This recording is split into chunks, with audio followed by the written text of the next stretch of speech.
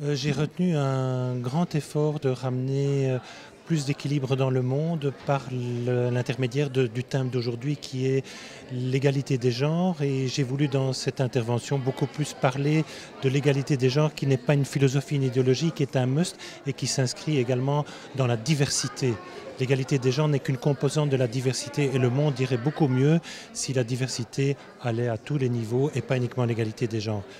J'ai envie de dire ceci, je suis optimiste, l'égalité des genres est en train de montrer la voie, parce que l'étude de McKinsey que j'ai citée pendant mon exposé montre qu'on est le plus en avant sur l'égalité des genres, et les résultats des performances des entreprises qui l'appliquent est vraiment exceptionnel. Et je crois que si on le fait dans la diversité également, les résultats vont être encore meilleurs.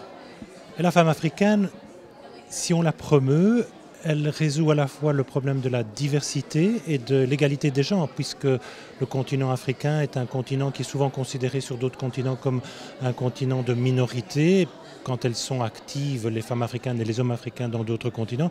Donc je trouve que promouvoir la femme africaine, on ferait d'une pierre deux coups. J'ai envie de dire, mettons fin aux stéréotypes, et dans la fonction que j'occupe, qui est d'être enseignant, même si ce n'est pas à temps plein, ça a toujours été pour moi un mystère de ne pas pouvoir attirer plus de femmes dans des fonctions que l'on voit traditionnellement réservées à d'hommes. Et je n'arrive pas à le comprendre. J'ai essayé de donner quelques clés tout à l'heure, qui est la lutte contre les stéréotypes. Et la lutte contre les stéréotypes, que certaines fonctions sont plus pour des femmes, d'autres pour des hommes, elle se fait non pas par le bas, mais par le haut. C'est-à-dire que les personnes qui ont le pouvoir, qui sont dans la vie active, doivent accepter et, s'il le faut, se forcer à mettre plus de femmes dans des fonctions dans lesquelles on ne les voit pas, parce que ça met fin aux stéréotypes. Et ces stéréotypes vont à tous les niveaux, depuis l'âge adulte jusqu'aux enfants. Et je crois que les enseignants, c'est difficile de leur demander de lutter contre des stéréotypes qu'eux-mêmes ont subis, et c'est sur plusieurs générations que ces stéréotypes vont disparaître, mais en montrant l'exemple par le haut, par la vie active, par là où se fait le monde, et l'éducation, qui est une composante essentielle, s'en inspirera.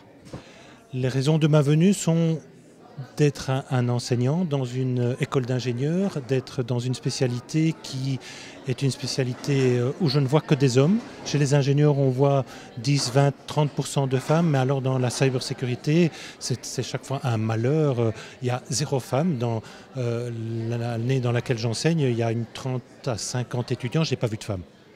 Et je n'en comprends pas, je n'en reviens pas. Donc c'est toujours moi un bonheur de voir des femmes dans des études très techniques.